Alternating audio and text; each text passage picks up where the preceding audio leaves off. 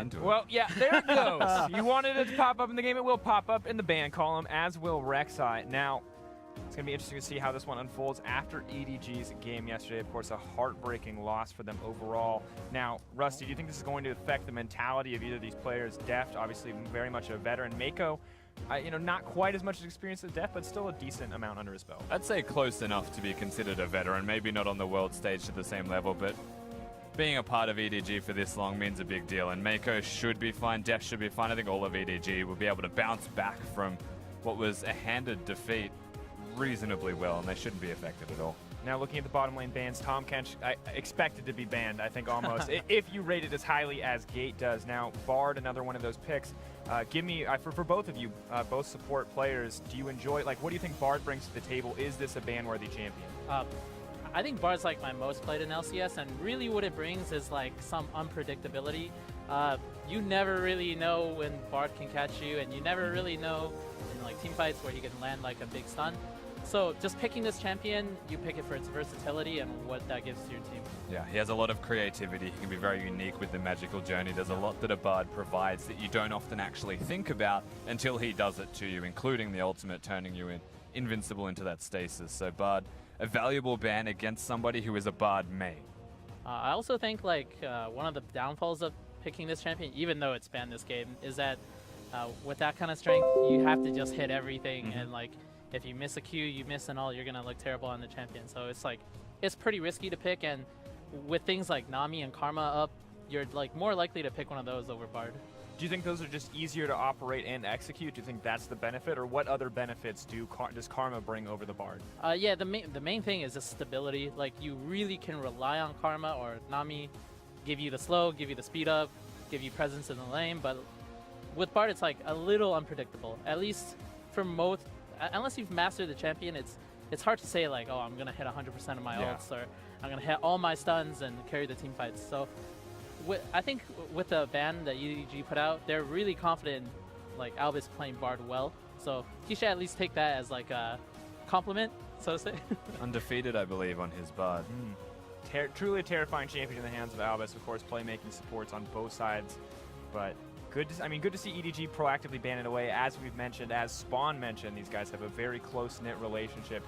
They should know each other's picks in and out, but the two big surprises here are, of course, Pawn on the starting lineup, Chawi on the starting lineup of AHQ. That's the mystery, but still keeping our focus on the bottom lane. AHQ have locked in the Ashe here. Now, in previous patches, Ashe was an absolute monster in controlling the bottom side of the map, but we didn't expect her to be played quite as much after the nerfs. Can we talk a little bit about those nerfs and kind of how they affected her early laning phase? For Ashe, she got a CD increase in her W in the early game. That just overall, it just means you get less W's out for harass. That just lowers her power as a character in general in the early lane phase. So generally, when you picked her before, she seemed stronger in the laning phase just because you just spam W, and then they got too low. So I think she's still really playable. What really confuses me is AHQ picked Ashe so early in the rotation. Yeah. There's really every AD up, so I think they should have. I mean, if it was me, I would have gone for maybe an Elise here. Could even have gone for the Nami in that rotation instead, right. perhaps, knowing that it was into a Karma, but maybe that means that they have something different they wanted to play that wants to see more, the whole bottom lane perhaps of EDG before they locked it in, do you think? Well, with that in mind, then it would still make more sense to pick the support, because the support, like you said, if you pick something like a Nami, they went with the Soraka. So I guess that's what they were hoping to get. But also now thinking about it, they actually could have just picked Soraka in the second rotation, maybe change the ADC. This just says to me that they're pretty comfortable with Ashe as a champion on their roster, in general. They really don't mind getting Ashe at any time in the draft. That's what it says to me. And I want to hit on this really quickly before we get to the Soraka, because believe me, we are going to talk about the Soraka this game. But the Ashe, compared to the Jhin, we've seen Jhin's just getting dived repeatedly. Do you think Ashe is a little bit of a safer pick in that regard? Not really, actually. I think Ashe is, you have to do more than just shoot out your arrow. You have to, get attacks off. Whereas Jhin, you just open with your W or your ult, and that's basically your contribution for most fights. So I actually think if I were picking, I would have picked Jhin instead of Ashe if I really had to pick an AD. So it's a little confusing. And also pairing with Soraka, it's also a little strange to me because I don't see too much, I don't see the over-glaring strength in this, pairing. Yeah. So it's like their AHQ's pick ban is a little confusing to me so far. They're not picking for their lane, right? It's a Soraka who's not going to be able to contribute to a fight in a 2v2, and an Ashe that wants to hit the arrows to engage, but unless they're engaging for somebody, there's actually no point in them doing it in their 2v2 lanes, especially when you look at who they're against right now, which is a Lucian for Deft, which is already quite absurd, and Mako playing a lane bully Nami. So it feels like it's a free lane for EDG, at least in my opinion, and that AHQ have drafted their bottom lane more for playing the team composition and playing the map. I agree that AHQ is more team-based in their bottom lane picks, but I don't think it's so much of like a free lane or anything. I think this bot duo might be a little more competitive than what we saw last game. At least their champion strengths, like Nami has heal, Lucian has like damage. I think they can match up with each other fairly well. So now as we look as these compositions start to get rounded out here, the Zilean, the final pick, going to Chawi in the mid lane. First champion played on the big stage. Excited to see how he pilots it and how he handles it, getting that speed up for the Olaf. But I want to look on the jungler's influence on these 2v2s. Now Soraka, Ashe, pre-level 6. They don't seem like they're going to get a whole lot of attention from that Olaf. He doesn't really seem like he has any way into the lane. Is it a similar story for Clearlove on this Hecarim? We know he's kind of the more bot-focused jungler. I think it's going to end up... Okay, if EDG can grind out an advantage by themselves in the 2v2, you're going to see Clearlove visit the bottom lane a lot. Yeah. If not, I think it's going to be a pretty stale, like... it should be a pretty stale early game. Yeah, actually, I think I agree. Deft and Mako might be able to forge themselves an advantage. They are lane bullies by nature, as well as picking champions that are going to complement that fact against the Ashe Soraka. There's a chance they make it work, but I'm just looking at AHQ's team composition, to be honest with you, and I feel dirty, like, just looking at it, because they're all trying to scale and get towards a mid-late game fight, and it's not going to be an easy thing to do, but thankfully for them, Clearlove is playing a farm jungle. Yeah, does want to farm up, does want to scale up, but guys, there's a lot of questions to be asked here about this bottom lane matchup. Ashe, Soraka, paired up against the Lucian, Nami. You can ask all those questions over on Twitter with the hashtag #AskTheCasters. We'll talk to you about it. We'll let you know how we feel. Once again, I'm not involved. These guys will let you know how they feel about that bot lane matchup overall. But it's interesting, especially to me, because Soraka, it felt like such a strong pick in North America, specifically in the hands of Adrian. I think we saw it pop up a lot more. EU, we saw Mithy pick it up a few times, but it wasn't a very popular pick. And I'm curious, why do you think it's rising in popularity here on the world stage? Or why is it being picked? I guess it's not rising in popularity. It's surprising to me, actually, because I actually feel like something like a Nami has her strengths, like, I guess besides the ultimate, like they both have lane pressure and they both can do well in the lane phase.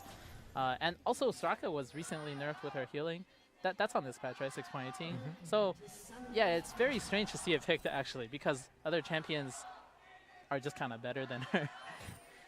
Yeah, and I mean, of course, interesting, they did hover over the Janna for a long time as well, so maybe not 100% certain on what they wanted here, but this is going to be a tough lineup to kill. You got the healing of Soraka, you've got the the Zilean revive as well. Interesting that both mid laners have kind of moved towards these more supportive picks as well. Yeah, I will say though, for what it's worth, they early rotated the bottom lane of AHQ, not knowing whether the Karma was going to be flexed or not into the middle lane, so the last pick of Nami might have thrown a spanner into the works for AHQ.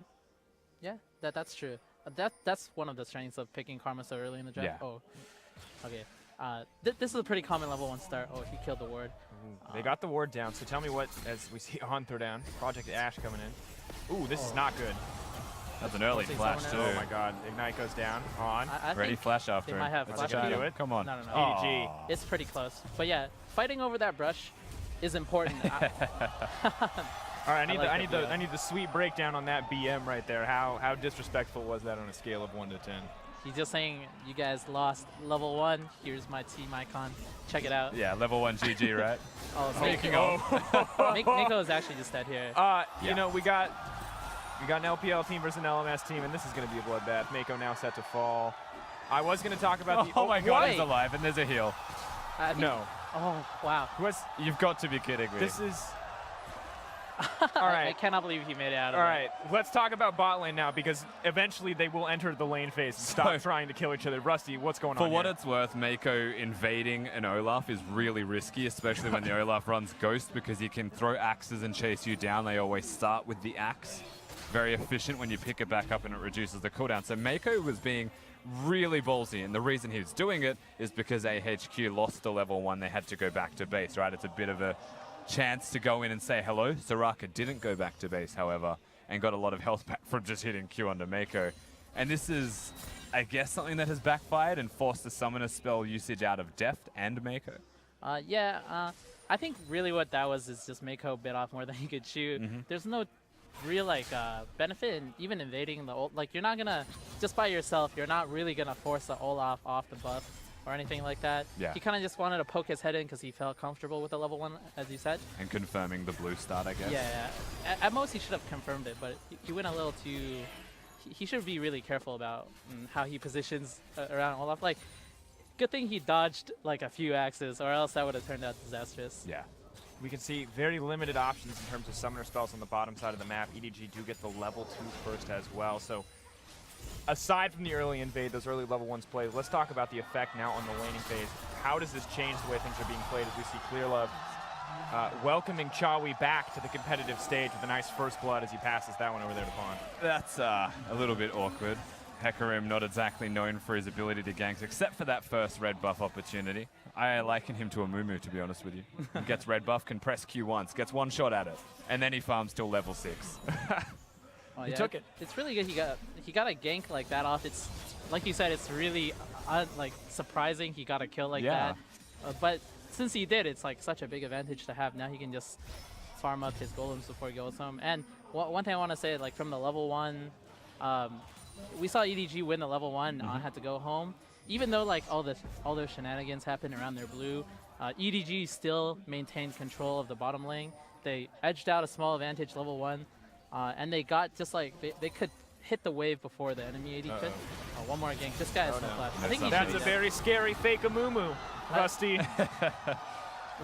It's really interesting to see how like professional players manipulate these waves, because we know for a fact that Ashe used her flash level 1. Yeah. So from this, they just made the lane neutral, and that's the easiest way to gank it. So. They just got a kill basically by pushing in the wave one time and letting it reset. Yeah, I agree actually. It was like the level 2, usually you see a bottom lane 2v2 either outright win at the level 2 or set themselves up to have a bounce at the level 3 point, which was really creative given that there was no flash. They decided to give Clearlove an opportunity to come in by having it reset. It was starting to push back towards EDG, so it was coinciding perfectly, not only for the gank to go off, but for the bottom lane of EDG to get a recall and come back and have the wave set up for them. So that was honestly best case scenario. And I want to hop back down to bottom lane. We witnessed, Deft giving up a decent amount of CS there to let this wave push forward. You can see it in your picture-in-picture. Was this a planned setup to have this wave crash in? What is the wave manipulation going on here that EDG are looking for? Well, Deft can, since the wave is frozen, Deft can farm this indefinitely as long as he manages the wave. It seems like AHQ, their plan, knowing this, is just to send their bot duo top.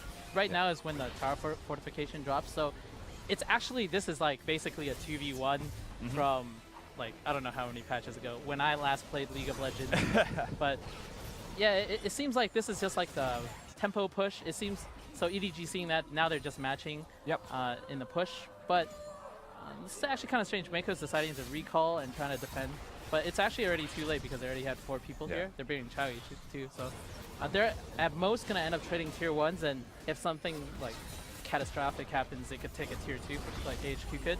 But I think it's going to just be a tier 1 switch. This is a really smart move actually by AHQ, knowing like their bot lane like situation. Yeah, definitely very clever, and I do agree with what Deft did. They did have a freeze available. AHQ's response was to not let that happen. Oh, what a play. And now, very clever stuff. Actually, this Rumble could hold this wave indefinitely too because Mako left the lane. This is actually, I haven't seen this kind of like holding and 2v1 style for like a patch or two. Like it hasn't been that long, but yeah, this is like we don't normally see the swap to the top side. It was something we talked about, speculated a lot about because we saw it in NA and EU playoffs. But AHQ feel like one of the first teams to really bust it out and pull a good advantage out of that. Really, the difference between gold from those 2 kills now balanced out by the fact that AHQ were kind of one step ahead in terms of the lane swap. Yeah, I think the last time we actually saw something similar, like CLG initially, when the lane swap like removal patch came in, they did something similar to this where they pushed out the wave, they would just swap the top. So it's like a similar play, but they did it because EDG had the wave in a good position for them to farm.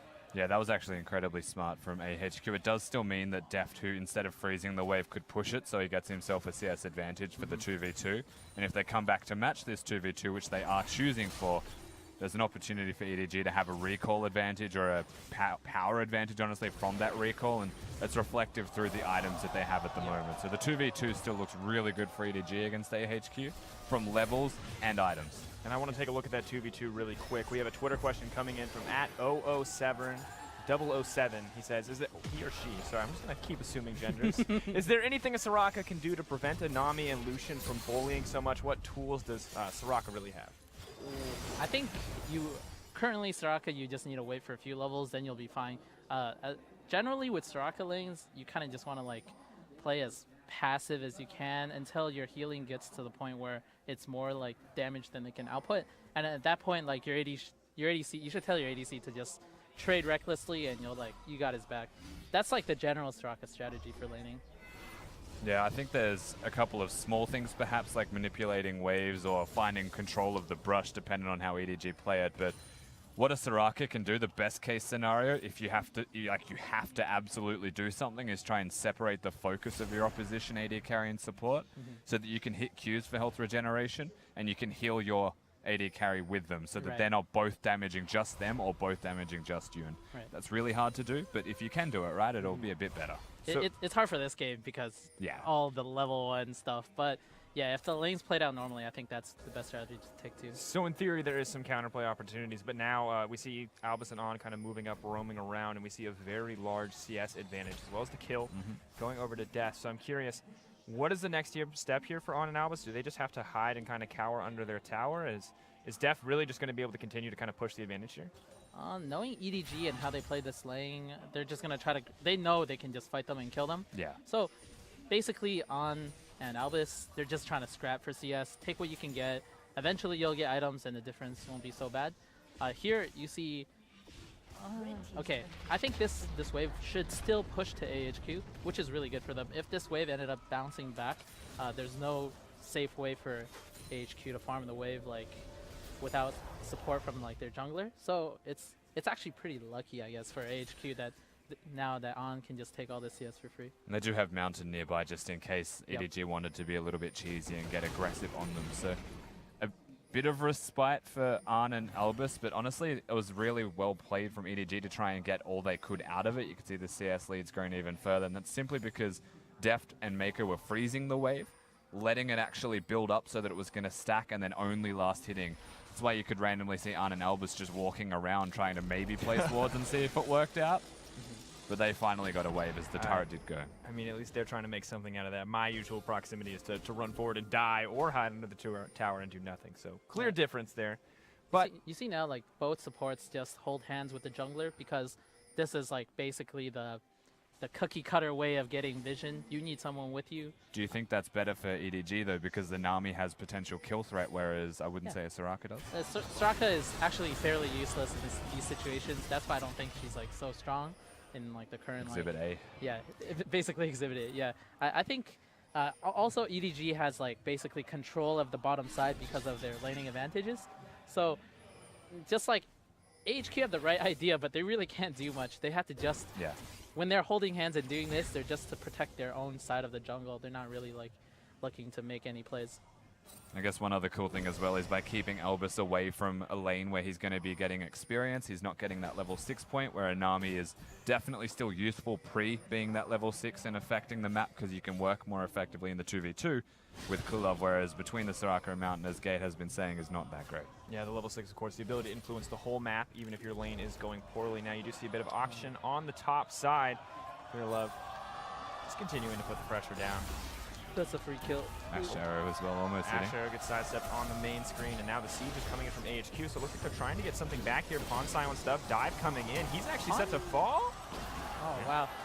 Yeah, in this situation, Pawn should have been much more careful than what he was. It looks like they're going to try to kill that. Zillion ulti though. This should just be an Olaf kill. I hope they don't miss this. Okay, good. Yeah, I think in that situation, Pawn just is up to too aggressive.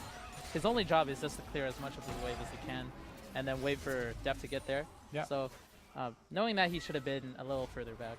I agree. There was actually a really cool interaction, though, with Albus having the silence field placed down. There was no way to get out of it for pawns, so it couldn't flash, obviously, when you're in the field. Yep. That's one of the strengths of Soraka, actually. People don't notice the silence so much. They know her for healing, so that's like one of the aggressive parts of her kit. Now that silence does seem pretty important moving forward, especially against Lucian, you know, relies on that mobility. But maybe not so much against the Hecarim, can just run through it as well. But we'll have to see how Albus is able to use that moving forward. Now the one thing I do want to look at, we talk about the bottom lane, that is going to be our focus, but we do need to look. Part of the reason why this game is so even, we do see a pretty decent CS lead for Rumble on the top side, and I'm wondering, what is the next step here for the bottom side of the map? Deft and Mako, how do they continue to extend this advantage so they do not have to worry about Ziv in the top lane? So they really need to... Okay, basically they can't go mid because Zillion will clear waves, and that's just not an option. What they need to do is once Clearlove feels comfortable, or like once he's gotten enough items, he should be grouping with Miko in the bottom side, and they should just get vision in their jungle so Deft can push up further than the river. And then after that, they can just move back and forth between mid and bot and test basically how many people there are at towers for defense. And then whenever they feel like they have an advantage like that, they should just press the go button and try for a play. So process of elimination to me as a player would actually indicate that I go top lane. Do you think there's more value in going bottom or actually rotating towards the top side of the map? The problem with going top is that the Rumble is the strongest member on their team. It's pretty hard to make a play on Rumble in general, I think, because he's just like, he's actually pretty like deceptively tanky, and he can output a lot of damage. He could turn a lot of like 2v1 plays around. So what I think is important is they have to recognize we have an advantage in our bot duo. We should be pushing that advantage through the bot lane where we're stronger, and how we do that is just by putting vision in their jungle and checking to see like where their jungler is, getting more information basically so they can make better ones. Interestingly enough, while we expect EDG to pushing their advantage through the bottom side where they are stronger, AHQ is bringing their bottom lane to the mid. We're seeing these Ash arrows hit Pawn repeatedly. Now we've heard, you know, AHQ talk, or rather Clement did, Westor saying the way we're going to take them down is through Mouse on the top side of the map, but instead it seems like these Ash arrows are hitting Pawn over and over again. Is this a viable strategy for them to kind of get out of the deficit? I think, of course, because this Ash is just trying to scrap by, and this is her contribution to the team for now.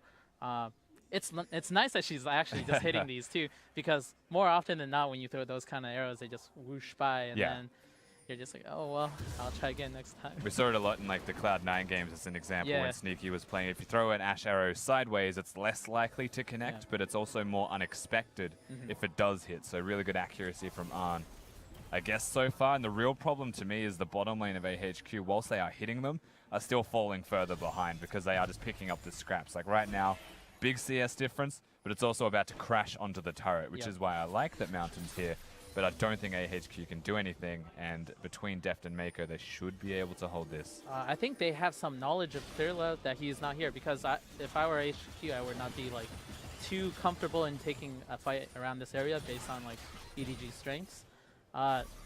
So it's important for Clearlove actually not to show on the map right now, and then they should be able to like take pressure for the tower. But it would actually be a tragedy if they can AHQ, dive there, right? Yeah, AHQ, like it seems like they're gonna just get this tower for free because their jungler is a little, like he's on the wrong side basically. You see, EDG, they're not really scared of this 2v1. So Mako can still ult. It'll clear a part of the minion wave, even though Deft doesn't have his available. I think a lot of pressure is there, and this is why Mouse shows up. Mako and Deft aren't scared, even though the Hecarim revealed, because the Poppy didn't reveal. Yeah, I think even though that's the case, to make a fight, I think you really need the Hecarim. So, I mean, I guess Mouse is not able to like farm too well top because the tower is down. So he had some free time. Do you think they should have manned up AHQ and just went for the dive or something aggressive like that? They could have, but they're missing some information for that. It's actually such a good play for them to like group up like this and just take the tower based on how big the wave was. For EDG, Clearlove, I think he should have been recognizing this. He should have known that this is like the only side that Mountain could be on, and he should be feeling like comfortable because he's like, he just finished his Trinity Force as well. He should be able to take a fight, and he should just be backing up his bottom lane there. But they gave up some damage on the tower and the dragon as well. So to me that seems like a mistake. But now it looks like they're gonna trade. They're gonna try to trade top tower for it. And as we see Mako start up the Rift Herald here with the help of Clear Love, I want to ask you, is there anything different that EDG could have done there to stop that? Or because it seems to me that AHQ were just one step ahead. Yeah, it's just like a lapse in judgment, really. I think Clear Love was just prioritizing the wrong things, actually. And at this point, you should, like as a jungler, you should be looking, like bouncing ideas off your support to do what to do next, and just take the game like one step at a time like that. Yeah, good segue actually. Mako a big part of the shot calling and decision making of EDG, so I am surprised that Clear Love was on the opposite side of the map, and to me that actually speaks like it's a conscious decision that EDG were making, and that Deft or Mako or even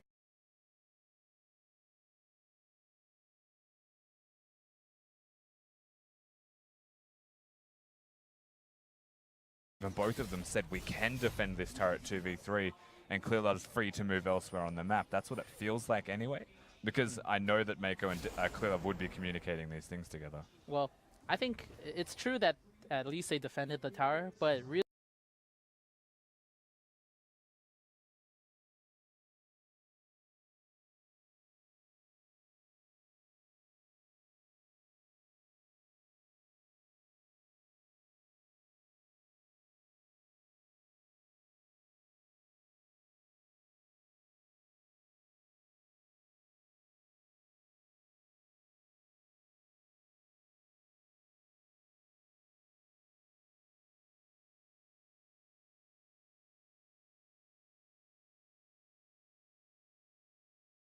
if Clear Love was on the opposite side, they could take fights and take Dragon and take the enemy jungle as well. So it's really like you have to think about what you'll get if you help this bot duo, who are like, if you look at Deft right now, he's almost at 2 core items, and compared to like an Ashe with Essence Weaver, he's just like a monster. Yeah. Interestingly enough, too, as we start to push forward, the itemization is starting to come in, working towards the Black Cleaver in the hands of Deft. Next item for Ashe, I think we can assume, will be that attack speed item or potentially an Infinity Edge. What is the big break point here in this matchup? When is Ashe actually strong enough to fight Dilution? I mean, if you're saying in terms of just a 1v1 scenario, I doubt they'll get into many of those, but the Ashe really wants to get to at least 2 items before anything happens. 3 if they're really looking to team fight, because Ashe needs like all the crit items she can get. And then after that, she can just go to town, the enemy team. But what she really needs to watch out of this game is actually just the diving duo of like Pawn and like Pawn shielding Clear Love with like Mouse. Like she really just needs to watch her position, and then if she can just position well, she'll be able to do a lot of damage. Of course, now I want to take a chance to get another Twitter question in. We have one viewer at RJ_M asks, how late in the game should supports keep a spot in their inventory for pink wards? This is the make or break point. You have to have a pink. Like at all times. Like if you're thinking, okay, this is the last team fight of the game, I have 5,000 gold, I'm going to buy a Randuin's, sure, do that. But any other time in the game, it's so important. One of your only jobs as support, you have to make sure you have pinks and you're denying vision. Yep. So if you're thinking about like selling pinks to like, you know, buy like an amp tome, you know, just don't do that. At least make what you're buying instead of the pink more efficient, right? Pink wards must have. Some people even like, okay, I had a discussion earlier. Some people said like, what if my pink ward is in a really good position? Like I never want to move it ever. Well, I don't think that's ever the case. You should really, personally, if my pink ward is like at a good spot, I actually have 2 more in my inventory. Like I'm just gonna, like if I have 2 more, I don't even have to buy any more, right? So you have to be constantly moving up your vision, and you have to make sure your opponents are scared of like where they should be scared. You can't just say like, oh, I got some nice vision here and that's okay. Like that shouldn't be like the what you settle for as a support. The pink ward could be in a good spot, but 5 minutes from now it won't be in such a good spot. The relevancy of it matters a lot. Now we are seeing both duos move back to the top side of the map. We'll keep our eyes on them for any potential dives or fight opportunities. But here's the follow-up for me. I play a lot of support as well. I think we're all united in sport. At what point can we yell at our AD carries for not selling their Dorans for a pink ward? That's the question I really want to know the answer to. I think ADs are pretty crunched for item space just in their builds. But generally, like if you just look at top tier like pro players, ADCs buy pinks, you know. They don't like say, nah, I'll buy a pink next game. They won't say that. So just like as a rule of thumb for ADC, if you think you haven't bought enough pink wards, just buy one, and hopefully that's enough. Like, like as a carry role, your role is not just all vision. So it's like you can be a little greedy when it comes to that, but definitely don't buy zero. Nice dodge. Nice Nice sidestep dodge. coming in there from Mako.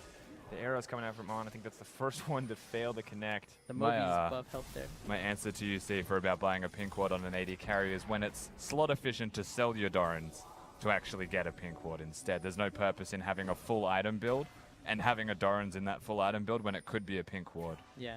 More often than not, at that time, all you're doing over there. Clearlove had ulti as well. Like, they're going to go for Baron here. Clearlove had ulti and didn't use it, but he half health Albus on the Soraka Yeah, by one just hit. charging him through exhaust. Yeah. Like, that was gross. This should be a free. I think Rumble can maybe stop it. He looks He has like ulti. he has equalizer. I think they either commit or turn right now. Poppycopter. Okay, they should go for the finish right now after that Poppy ult. They have the smite advantage. That's good. Now their job is to just get out of the pit. Mouse may die, but he's looking to save That's his okay. team by doing it, right? Oh, he flashes out. Yep, good enough. So, Perfect. what a big advantage for EDG. Maybe not Shall we? Nope. You can't catch anyone. He only has one buff. All right. Well. That was a sequence of events just because on mispositioned at one point. I think maybe we can get another look at the replay for that because I was wondering why On was so... He took the full culling and had to flash out, use both summoners, and then like... It was just a terrible idea, I think. Yeah, decision-making wise, it wasn't the best idea. It did force the Ashe to go back and also force the Soraka to go back as an end result of that because they just collapsed. And you can see an entire Baron comes from that. It's how you make a mountain out of a molehill. A big capitalization on a small mistake, Yeah, right? and now since they have Baron, they're going to finally able... like I said, earlier they couldn't touch this mid-tower because of Zillion, but with the Baron, it's easy pickings. Yeah, I mean, at this point, you get the Baron, you get the full almost 100 to 0 culling. We almost never see that, I think, in competitive play, but Def clearly taking the positional advantage.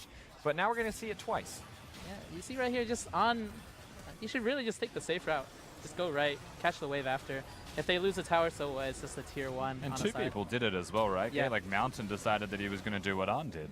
Yeah, this is like I think it's just like he really lost track of his character, and you know, like when it comes to Worlds, like you can't really be making those kind of mistakes because you know they just took that one kill, turned into a huge lead with Baron. Now they're taking all of your towers. Yeah, it really has to watch out for the next fight. Yeah, have to be careful. Def's so strong. They sidestep the arrow. Mouse taking a little bit of damage here.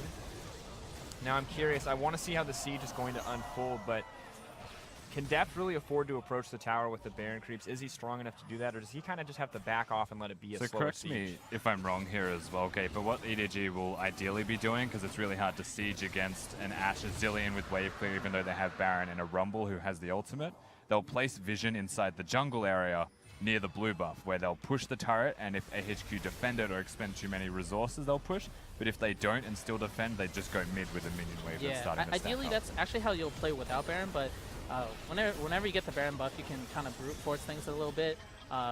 As anyone that's not the AD, you should be willing to expend cooldowns to get hits on the tower. So like right here, if I were EDG, Clearlove should be like just charging up his E. Maybe like someone can, see like Poppy ult can go out, and maybe they can get a few hits. Yeah, it's well played by Nice silence. Yeah, Def's in he's in trouble, trouble. though. Def's position is a... Ult coming out. I think he's gonna die this fight. Yeah, see, okay. Albus Soraka actually carried the whole fight just by silencing Poppy, so definitely they should be a little careful even when they have Baron, but that's just a good play on Albus's part. Excellent pressure. Rusty, you talked about the slow siege. They wanted to take some of those more aggressive risks. Okay, oh, he did, that's twice in 2 games, Clearlove. I think is he dead? Oh, nice dodge. I mean, He's got to dodge this one too. definitely League of Legends. Oh my God, he's out. That's actually a heartbreaker. Like if he died to that. I'd be I tilted. was just going to say Clearlove is clearly playing a professional game of catch, but he figures out halfway through after the arrow collapses that this is not the game that he wants to play. And we'll look at this one more time, but boom, right off the bat, there's that silence you're talking Excellent about. Rumble too. And it really like, if you just look at how EDG's like team is positioned this whole fight, it's like everyone can just focus Deft because he's on the side. Yeah. They should just, this fight was over as soon as like the Rumble hit that many people. I'm not sure if Deft had flash at the time as well, but he does still have it now, so he definitely could have lived. Yeah. Looks like he just wanted to do more than he should have. I would say if you're EDG, maybe that, like I said, you should expend cooldowns to get the tower, but Yeah, like I said, just Albus silence the Poppy. Maybe they could have like used Hecarim multi to just like split up some people, just like maybe lose one. But overall, I think AHQ just played that fight pretty well.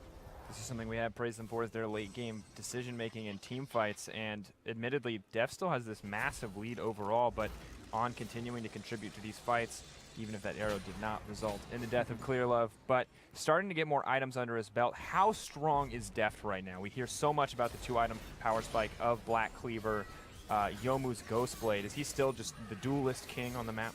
Yeah, really no one can contest him. Even like, to be honest, he can go to a solo lane and like kill someone probably. So Yeah. you just kind of like, right now he's like mid and clearing the waves, but as soon as he does that, he can move in with his support and try something on the mouse. They have to, okay, when people That was are, a lot though. yeah, when people are missing from the map, as like someone like Mouse, you should just take care and like miss a few creeps, just like for, you know, like all you're missing is a few creeps, but you don't have to burn your flash, right? So you should really be careful when like the wave is pushed up and no one is showing. Interestingly enough, the Rumble equalizer as well as the Ash arrow being down gave EDG a chance mid. Of course, the chance can't be taken. There's no Baron buff, so the wave clear is missing. It means that they'll have to reset, but And the next goal for them is just to get the Baron. So in this case, since Mouse has teleport out, I would say he should go bottom and then let the whole team set around like topside jungle, and then he slowly can get pressure by himself in the bottom lane. Interestingly enough, just looking back on that last fight, Rusty, you weren't sure if Deft got too greedy or if he just didn't have flash. Turns out he did not have flash available. It had just come off of cooldown as he went down, as he exited the fight. Unfortunately going to that quick grave there, but he has it for the next fight. And EDG still with a pretty decent gold advantage, but looking at the two compositions here, who really has the edge in the coming fights, or really what should these two teams be trying to do?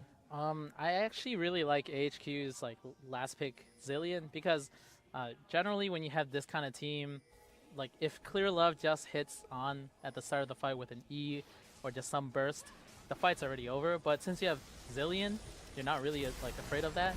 So in the next team fights, it's important to just watch out about like how Chowie uses his Zillion ult and how like On survives. Because I think if On survives, like he's almost at the 3-item point, which means he can do a lot of damage in every team fight.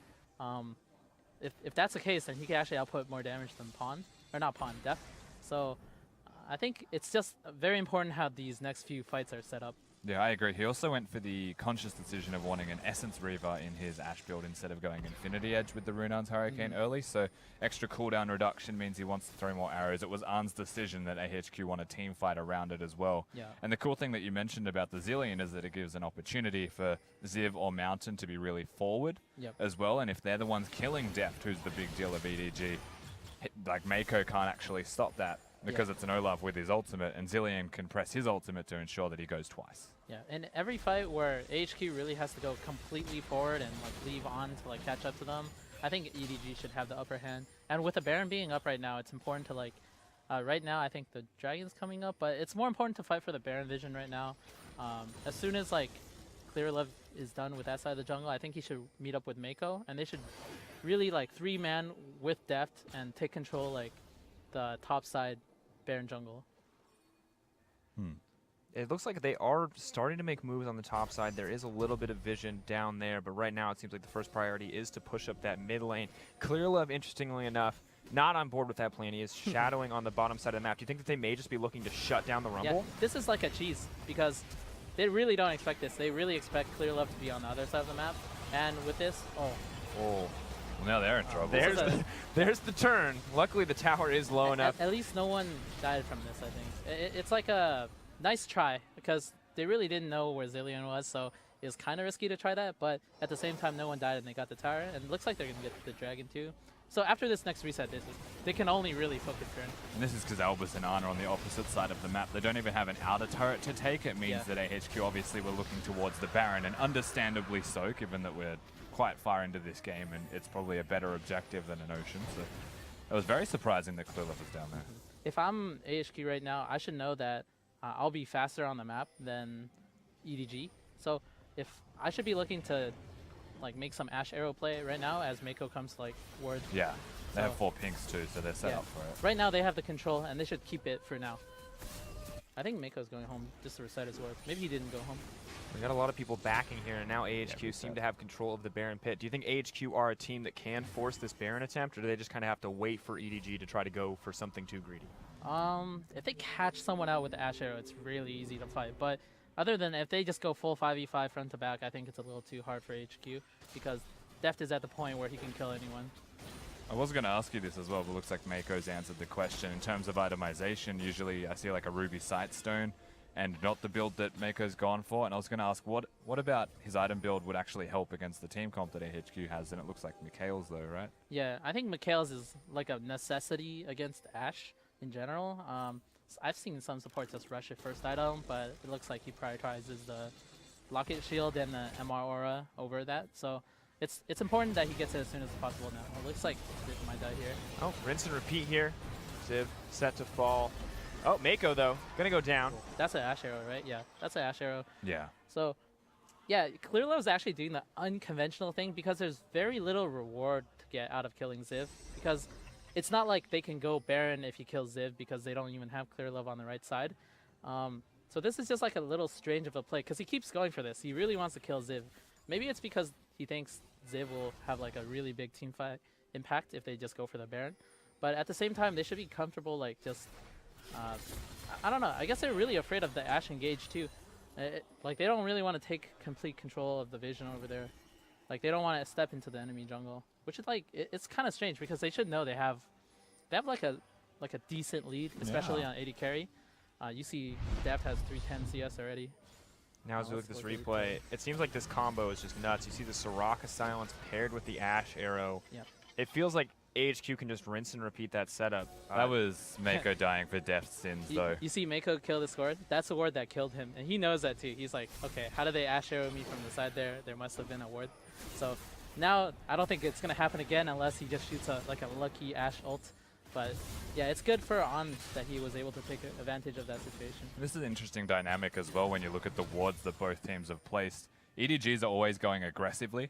They've got a lot of forward vision. They're at least getting neutral in the river. Yeah. When you compare to what AHQ have gotten, they are saying, I don't want to die. Constantly just pinks defensive wards. Yeah, and it's really awkward because I don't see, and my concern with this, you can definitely disagree if you disagree, is, yeah, nice. Well Good done. to know. Thank you for permission. Yeah. Is that if they win a fight, it's going to be on their side of the map, so it's really hard to actually get push something done. advantage. Yeah, the most it could do, like the best case scenario is they kill 5 and they get Baron. So it's like they can't end the game or anything. But for example, if EDG kills 5 people near the their inhibitor, that's game. So Exactly, yeah. yeah, I think it's actually kind of weird too because AHQ, like I said earlier, they had full like control of the Baron side. They just gave that up. They just like gave that up after they killed Mako, which is really surprising. Like they really should they should protect their vision more because really it's like the vision's the most important thing to set up your abilities. I'm sure like if they had good vision, like Ziv wouldn't have to be like constantly afraid of Clearlove coming down there and just like trying to kill him. So I think for AHQ they really should prioritizing pushing mid so they know like a few champions aren't just hiding in the river and then just going as a full team into the Baron side and then just clearing every ward and then getting ready to use the Ashe ult. Now we are hitting a later point in the game. It's now 4 items for Deft. A lot more kind of bruiser items, though, I think we can say, whereas Ashe has this traditional late game carry crit build. Now, if they are not able to kill On in a fight, is On just going to take these fights over? Yeah, he really should. I think all he needs now is just Last Whisper, like just the small one. It'd be nice if he could get like the lower Dominix, but I think right now if he just gets some armor pen, he actually should be able to take over team fights. Which is like, it's pretty nice to see because if you think back to this game, it ended up like pretty, I don't want to say tragic, but definitely EDG had the upper hand in the 2v2. Interesting enough, though, EDG now continuing to push in. I mean, Deft still terrifying as ever, looking to hit that flame horizon, but on the bottom side of the map, Forgiven was just short in the last game. His matchup versus Macau. Now we just keep talking about this Baron setup, and it feels like, honestly, it feels like if this game keeps stalling out, that AHQ have the edge. What are your guys' thoughts? Yeah, it seems like it so far because EDG are just struggling to take the next step in the game. They're really not getting the Baron. They're really not getting damage on the turrets. And then it's just going to come down to a team fight where AHQ has enough items to fight EDG. So I'm pretty sure AHQ should be happy of where they are, but the one thing they could do wrong is just to give up control of the Baron and let that slide for free. Yeah, EDG are playing for the I just happened to find myself a Baron when you weren't ready kind of game at the moment. Yep. They're not going crazy, they're not invading and forcing AHQ to check, but they're also not baiting the Baron, it seems. They just wanted to try and catch them unaware. Okay. Ward goes down, vision secured. Baron not going to drop. EDG seemingly eager to pull the trigger here. Talk about the potential late game in favor of AHQ. Also, something a lot of the supports are doing in this game, every single time we pan to Mako, you hear him singing because he's going back to base. Yep. They are constantly placing vision. Nice timing. Constantly recalling because they're out of wards in their sight stones respectively. So this is a really big battle around vision, and it's taking an awful long time to get a result from it. But that's because they're so vigilant and constantly placing those wards down. This is like the grind of playing the support role at this time. Basically, you want to put your vision down, as many wards as you could find in a good spot. Go home, get 2 pinks, do it again. And then basically you do this until you get a good fight. And it's like pretty tedious, but this is like the best way to use your advantages because you basically have to like center all your moves around vision and competitive. I mean, you place enough vision, Clearlove might get a flank on the Hecker, and Poppy might get a really good teleport ward as well. Like, there's values towards doing this, and that's why so many supports in competitive focus on having that vision there. They're also waiting for the Mikhail's Crucible on Mako. I think that's when EDG will start to actually really go and turn up the tempo. Yeah. But until then, yeah. Deft is super aggressive. Even though he saw the Ash Arrow miss, maybe some other CC could have hit him, like maybe a silence, and then that might have compromised his position. But he's really comfortable with his own We play. talked about waiting for Mikhail's. Clearly, EDG have a different plan, and it looks like they've caught AHQ completely off guard. Hawkshot is going to connect in the end. They're going to Baron. Yeah, go to Baron right now is the best plan for AHQ, but I think EDG They won't get it quick enough though, right? The Baron? Like the team composition, it'd be heavily reliant on Ash doing something. So yeah, and Ash has no ulti. Or actually it might be back up already because he has so much Coming CDR. up pretty quickly, just a few seconds away, but Clearlove. It seems like they're comfortable taking this fight. Oh, no. On had to flash early. Right now, EDG should win this team fight because On was in position to do damage. Now this is going to go down. Yeah, this should be actually just a rollover, but Deft actually took a lot of AoE damage from Ziv's hard carrying this fight for AHQ. Yeah, it's not all disaster, but it seems like now EDG should be able to at least pressure the Baron. I thought that maybe they would go home first, but it seems like they're just comfortable taking it at this HP. Yeah, the thing is, if you go home, you give an opportunity for Mountain to go home as well, and perhaps cooldowns to reset, so they're pressuring sooner rather than later. I actually like this decision from EDG, and Deft definitely wants the Baron. Oh, Baron is going to drop. Deft's going to get it. Now some trouble. I mean, they are going to get the reset on Mountain, but it seems like... Oh, really nice. Looks like 2 kills for free. Big plays. Yeah. Now they should just... actually, maybe they could push because there's already 2 dead on HQ. You'd expect them to go topside. Deft already pushing mid Big as well. Already. I mean, this is a maybe they'll just go huge mid. blowout. I think they're going to go mid and then swing top after they get as much as they can mid. Oh, they have a different plan. That could be like game ending, honestly. They have a plan to kill everyone. Shit. I think that actually might be game because actually they're up in 30. This might be game because the respawn timers are too long. We'll keep our eye on those timers, but I want to go back to how this happened. Is this just a single missed arrow that gave EDG this opportunity? How did they make this happen? They felt comfortable with the missed arrow, but as soon as they got the Elder Drag, you just saw Mako use Nami ult right away. It was like a pretty good Nami ult as well, and it looks like they're just going to end off that. I mean, overall, fantastic closeout coming from EDG. It took forever, if we're honest. They took a long, took a long time to figure it out, but man, when they figured it out, they closed with confidence. One good team fight, as you mentioned, one good Nami wave to ensure that team fight as well. Now, despite that, AHQ fell so far behind in the early game, and we're still going blow for blow with EDG. I have to say, it's a pretty good showing, even for Chawi's first game back on the stage. Yeah, it's nice to see AHQ, even though they had that early game deficit, they're actually able to do a lot of things on the map and really stall out the game. When it came down to it, I think EDG's team fighting was just a bit more crisp, and I think it was actually a pretty close game based on like the events that happened like level 1 and all those shenanigans. Yeah, kind of crazy to think this all started with a bloody level 1, how much the early